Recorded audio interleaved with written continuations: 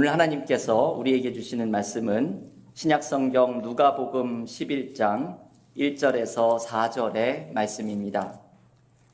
신약성경 누가복음 11장 1절에서 4절의 말씀, 신약성경 111쪽에 있습니다. 누가복음 11장 1절에서 4절 봉독하겠습니다. 예수께서 한 곳에서 기도하시고 마치심에 제자 중 하나가 여짜오되 주여, 요한이 자기 제자들에게 기도를 가르친 것과 같이 우리에게도 가르쳐 주옵소서. 예수께서 이르시되 너희는 기도할 때에 이렇게 기도하라. 아버지여, 이름이 거룩히 여김을 받으시오며 나라가 임하시오며 우리에게 날마다 일용할 양식을 주시옵고 우리가 우리에게 죄 지은 모든 사람을 용서하오니 우리 죄도 사하여 주시옵고 우리를 시험에 들게 하지 마시옵소서 하라. 아멘. 하나님의 말씀입니다. 예수께 묻다 연속설교 5번째 시간인 오늘은 기도에 대한 질문을 주님께 드려보려고 합니다. 기도란 무엇입니까? 기도에서 우리는 무엇을 구해야 합니까? 기도에 대해서 궁금한 이러한 질문들을 주님께 드리면서 오늘 누가복음 11장의 말씀을 통해서 주님이 가르쳐 주시는 기도에 대해서 함께 묵상하려고 합니다. 오늘의 본문은 이렇게 시작하고 있습니다. 예수께서 한 곳에서 기도하시고 마치심에, 복음서에 보면 예수께서 기도하시는 모습이 곳곳에 등장합니다. 마가복음 1장 35절이 대표적인 말씀입니다.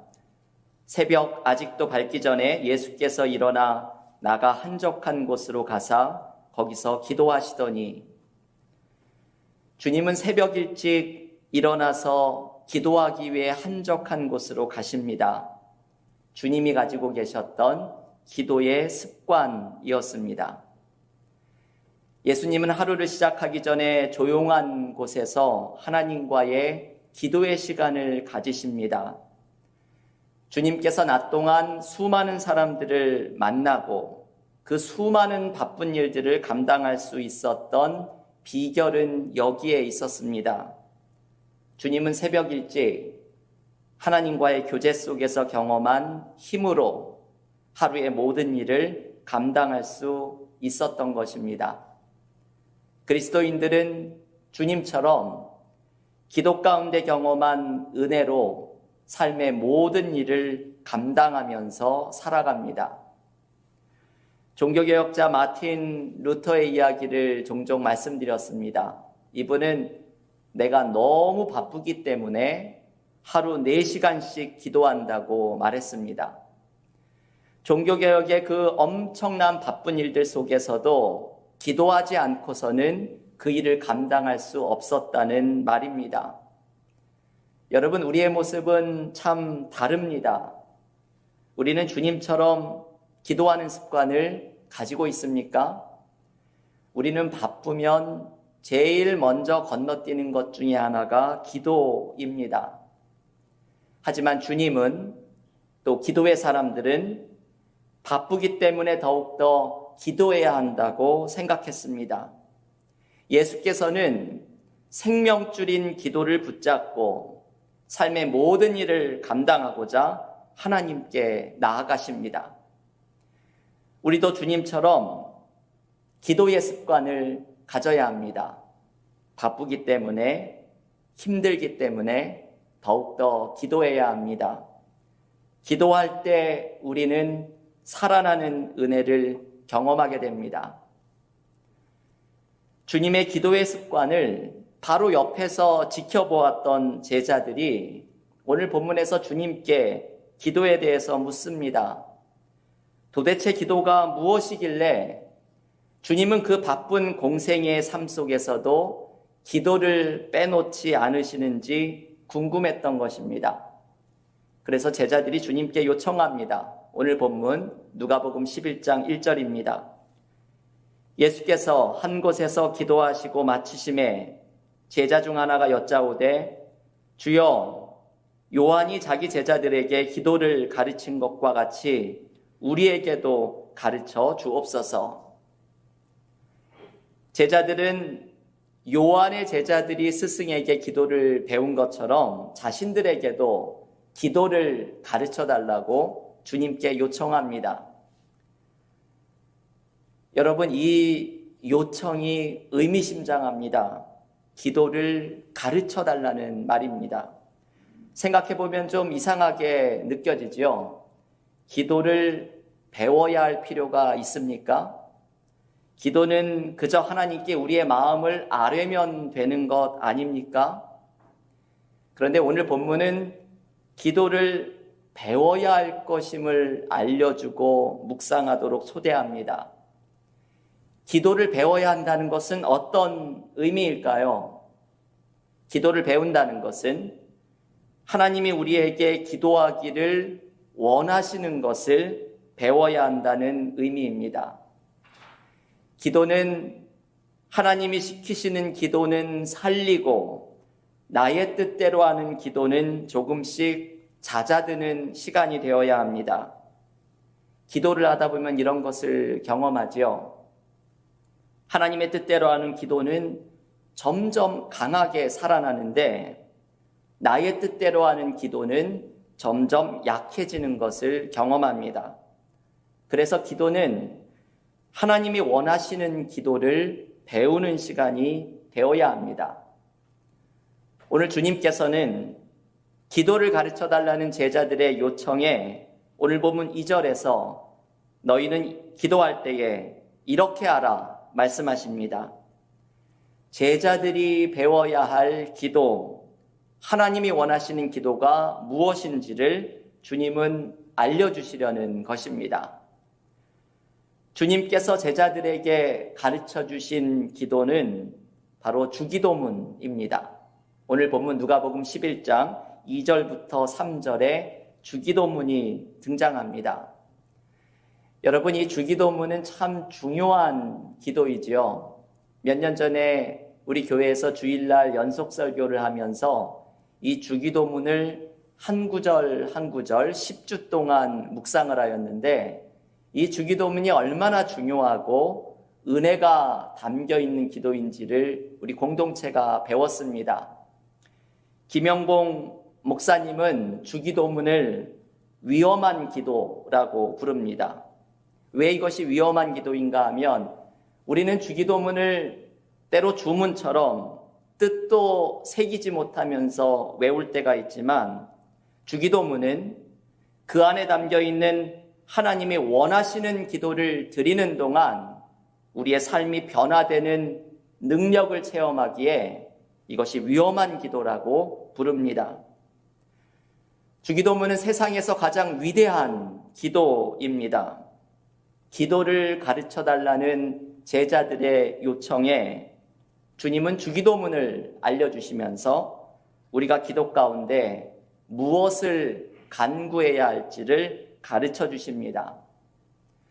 오늘 주기도문 가운데에서 두 가지의 구절을 함께 묵상하려고 합니다.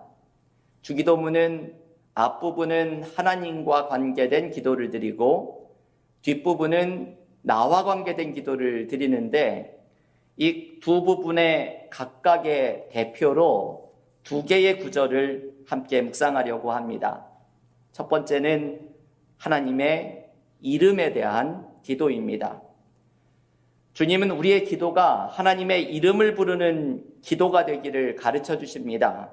오늘 본문 누가복음 11장 2절 말씀입니다. 예수께서 이르시되 너희는 기도할 때에 이렇게 하라.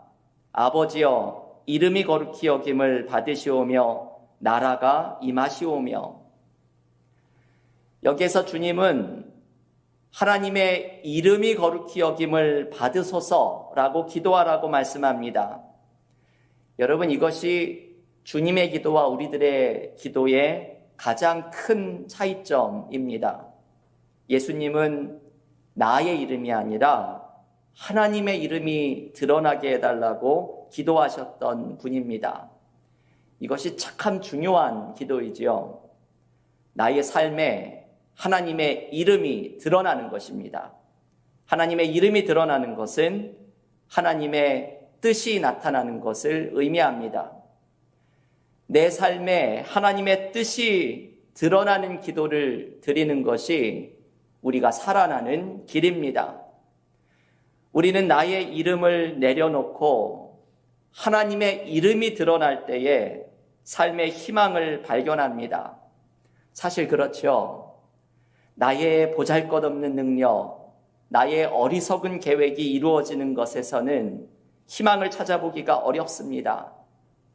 하지만 천지를 지으신 창조주의 지혜, 모든 것을 합력해서 선을 이루시는 하나님의 계획, 사망을 생명으로 바꾸시는 하나님의 이름이 드러날 때 우리에게는 진정한 희망이 찾아옵니다.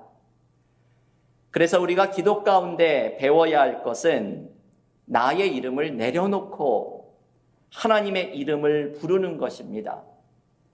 주님은 실제로 공생의 중요한 순간마다 하나님의 이름이 드러나게 해달라는 기도를 드리십니다. 십자가를 지기 위해서 체포당하시던 그날 밤도 주님은 겟세마네 동산에서 이렇게 기도하십니다. 누가복음 22장 42절 말씀입니다. 아버지여, 만일 아버지의 뜻이거든 이 잔을 내게서 옮기시옵소서. 그러나 내 원대로 마시옵고 아버지의 원대로 되기를 원하나이다. 예수님은 십자가의 죽음을 앞두고도 하나님의 뜻을 구하는 기도를 드립니다. 비록 육신으로는 이 고통의 잔을 피하고 싶었지만 하나님의 뜻이 이루어지는 것이 선을 이루는 것임을 알고 계셨기 때문입니다. 그래서 주님은 하나님의 이름을 부르는 기도, 하나님의 뜻이 드러나는 기도를 드리십니다.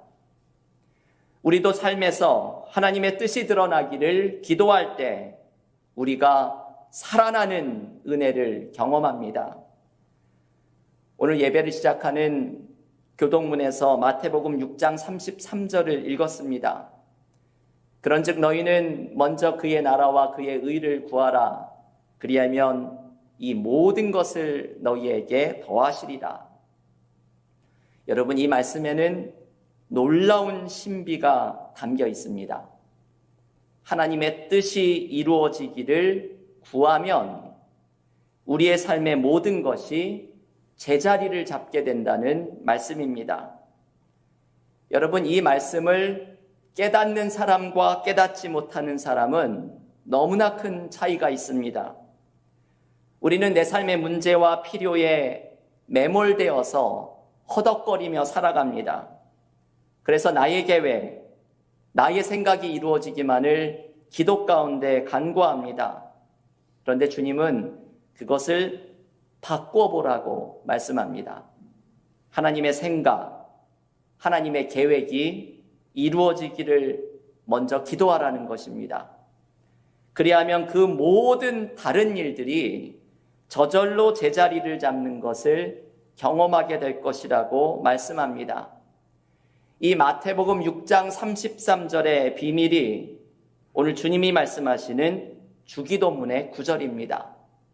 하나님의 이름이, 하나님의 뜻이 내 삶에 드러나기를 기도하는 것입니다. 예전에 우리 교회에서 신앙훈련 과정으로 한국 교회사를 공부하였습니다. 그때 저에게 은혜가 되었던 이야기 중에 하나가 주기철 목사님의 이야기가 있습니다. 내일이 3.1절이라서 특별히 더 생각이 나는 이야기입니다. 일제강점기에 신사참배를 거부하다가 순교를 당했던 주기철 목사님이 마지막으로 체포되기 전에 막내 아들과 나누었던 대화였습니다. 이 막내 아들이 커서 장로님이 되었는데 이분이 쓴 책에 보면 자기가 10살쯤 되었을 때 아버지가 마지막으로 체포되기 전에 나누었던 대화를 소개해 주는데 제가 이 글을 읽으면서 너무나 많은 감동이 되었습니다. 막내 아들이 아버지 주기철 목사님에게 왜 하나님은 아버지를 지켜달라는 가족들의 기도를 들어주시지 않느냐고 묻습니다. 그러자 주기철 목사님은 하나님은 우리가 원하는 것을 들어주시는 분이 아니라 우리에게 꼭 필요한 것을 주시는 분이라고 대답합니다. 그러자 막내 아들이 지금 우리에게는 쌀도 필요하고 아버지도 필요한데요, 되묻습니다. 그때 주기철 목사님이 이렇게 대답합니다. 그건 지금 눈에 보이는 문제일 뿐이지 하나님이 보시기에 지금 우리 가정에 필요한 것은 고난인 듯 싶구나. 저는 이 대목을 읽을 때마다 가슴이 뭉클합니다. 이 아버지가 10살밖에 안 된 막내 아들에게 우리 가정에 필요한 것은 고난인 것 같구나 이야기하는 이 아버지의 심정이 어떠했겠습니까? 결코 쉬운 말이 아니지요. 주기철 목사님은 이 말에서 오늘 주님이 가르쳐 주신 대로 기도하려고 하는 것입니다. 나의 이름이 아니라 하나님의 이름이 드러나게 하소서. 나의 뜻이 아니라 하나님의 뜻이 드러나게 하소서. 이 기도를 드릴 수 있는 것은 하나님의 이름이 드러날 때 모든 것을 합력해서 선을 이루시는 하나님의 계획이 이루어질 것을 믿기 때문입니다. 교우 여러분, 우리는 기도 가운데 무엇을 하나님께 말씀드립니까? 우리는 하나님의 뜻이 아니라 나의 뜻이 이루어지게 해달라고 기도할 때가 얼마나 많이 있습니까? 때로는 하나님의 이름이 드러나게 해달라고 기도하지만 사실은 하나님의 이름 밑에 나의 이름을 은밀하게 숨겨두고 있을 때는 또 얼마나 많이 있습니까? 내 삶에 하나님의 뜻이 드러나는 것이 우리가 살아나는 길입니다. 하나님의 뜻을 구하는 기도를 드릴 때 결국은 삶의 모든 문제가 제자리를 잡습니다. 왜냐하면 하나님의 뜻은 우리를 살리는 것이기 때문입니다. 예레미야 29장 11절의 말씀을 들으십시오. 여호와의 말씀이니라. 너희를 향한 나의 생각을 내가 아나니 평안이요 재앙이 아니니라. 너희에게 미래와 희망을 주는 것이니라. 우리의 기도가 하나님의 이름을 구하는 기도가 되어서 내 삶에 펼쳐지는 하나님의 뜻 속에 희망을 발견하는 믿음의 삶이 되기를 간절히 기원합니다. 두 번째, 기도를 가르쳐달라는 제자들에게 주님이 알려주시는 기도 가운데 하나는 하루를 하나님을 의지하는 기도입니다. 오늘 본문 누가복음 11장 3절은 이렇게 말합니다. 우리에게 날마다 일용할 양식을 주시옵고. 주님께서는 하나님께 날마다 일용할 양식을 구하는 기도를 드리라고 말씀합니다. 우리의 삶의 구체적인 필요를 가지고 기도를 드리지만 중요한 것은 일용할 양식, 곧 그날 하루에 필요할 양식을 구하는 것입니다. 이것은 매일매일을 하나님을 의지하며 살아갈 것을 가르쳐주는 말씀입니다. 마치 구약 출애굽기에서 광야에 굶주린 이스라엘 백성들에게 하나님이 그날 먹을 만나를 내려주신 것과 마찬가지입니다. 그날 먹을 만나가 하늘에서 내려오는 것 속에서 이스라엘은 광야에서 하루를 살아가는 법을 배웁니다.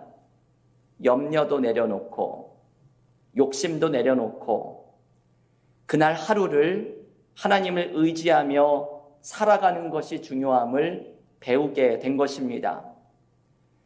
예수께서도 내일 일을 염려하지 말고 하루하루를 하나님을 의지하면서 살아가기를 초대하십니다. 마태복음 6장 34절입니다. 그러므로 내일 일을 위하여 염려하지 말라. 내일 일은 내일이 염려할 것이요 한날의 괴로움은 그날로 족하니라. 주님은 내일의 염려를 넘어서서 하루하루를 하나님을 의지하며 살아갈 것을 초대하십니다. 이것이 일용할 양식을 구하라는 기도에 담겨 있는 메시지입니다. 신앙인은 매일마다 새로운 은혜를 주시는 하나님을 의지하면서 살아갑니다. 예레미야 애가 3장 22절과 23절은 이렇게 말합니다. 여호와의 인자와 긍휼이 무궁하심으로 우리가 진멸되지 아니함이니이다. 이것들이 아침마다 새로우니 주의 성실하심이 크시도소이다. 우리는 하나님의 사랑과 긍휼을 아침마다 새롭게 경험합니다. 비록 우리의 삶에는 어려움이 가득하지만 매일 새롭게 경험하는 이 은혜 때문에 우리는 살아갑니다. 우리가 배워야 할 기도는 이것이죠. 하루하루를 하나님을 의지하는 것, 매일 새로운 은혜를 주시는 하나님을 의지하는 기도입니다. 여러분, 주님께서는 기도를 가르쳐달라는 제자들에게 하나님의 뜻이 드러나기를 기도하라고 말씀하시고 매일을 하나님을 의지하며 살아가기를 기도하라고 말씀하십니다. 여러분, 이 기도는 무엇을 가르쳐주고 있는 것입니까? 삶의 근본적인 방향을 알려주는 것입니다. 신약성서학자인 차정식 교수는 예수라는 책에서 예수님이 생각하셨던 기도를 한마디로 이렇게 말합니다. 삶의 기본 방향을 설정해주는 나침반이라고 부릅니다. 주님은 기도를 삶의 필요를 시시콜콜 아뢰는 시간보다는 삶의 근본적인 방향을 발견하는 시간이라고 생각하셨다는 것입니다. 주님이 기도에서 발견하셨던 삶의 근본적인 방향은 하나님의 뜻이 내 삶에 이루어지는 것, 하나님을 매일 의지하며 살아가는 것입니다. 기도에서 이 삶의 근본적인 방향을 간구할 때 우리의 삶은 모든 것이 제자리를 잡고 하나님의 선한 계획이 이루어지는 은혜를 경험하게 됩니다. 교우 여러분, 요즘 코로나 팬데믹이 우리에게 주는 아쉬움 중에 하나는 함께 모여서 뜨겁게 기도하는 시간이 없는 것입니다. 비록 우리가 특별한 상황 속에 있지만 우리는 기도를 게을리해서는 안 됩니다. 왜냐하면 기도는 우리의 삶의 근본적인 방향을 발견하는 시간이기 때문입니다. 기도 가운데 하나님의 뜻이 내 삶에 드러나기를 간구하며 기도로 하루하루를 하나님을 의지하는 것을 배우며 기도는 우리의 삶의 근본을 세우는 시간입니다. 삶의 근본을 세우는 기도를 통해서 잃어버린 듯한 우리의 삶의 길을 찾아나가고 나의 삶을 선한 계획으로 인도하시는 하나님을 의지하기를 배워나가는 믿음의 교우들이 모두 되시기를 주님의 이름으로 간절히 축원합니다. 기도하겠습니다.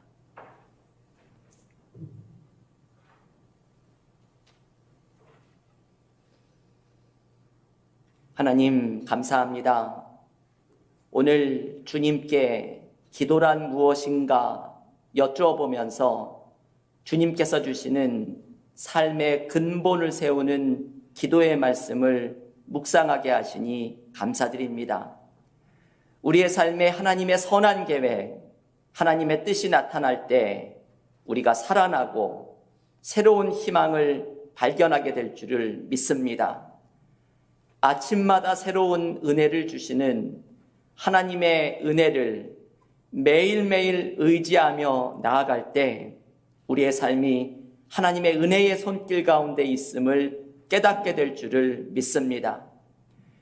요즘 코로나 팬데믹으로 우리가 함께 모여 기도하는 시간을 갖지 못하지만 우리가 무화과나무 아래에 주님께 무릎 꿇고 있는 기도의 그 자리에서 우리를 만나주시고 하나님의 뜻과 이름이 드러나기를 간구하는 기도 가운데 우리의 삶에 역사하시는 하나님의 선한 계획이 이루어지는 은혜를 누리게 하여 주시옵소서.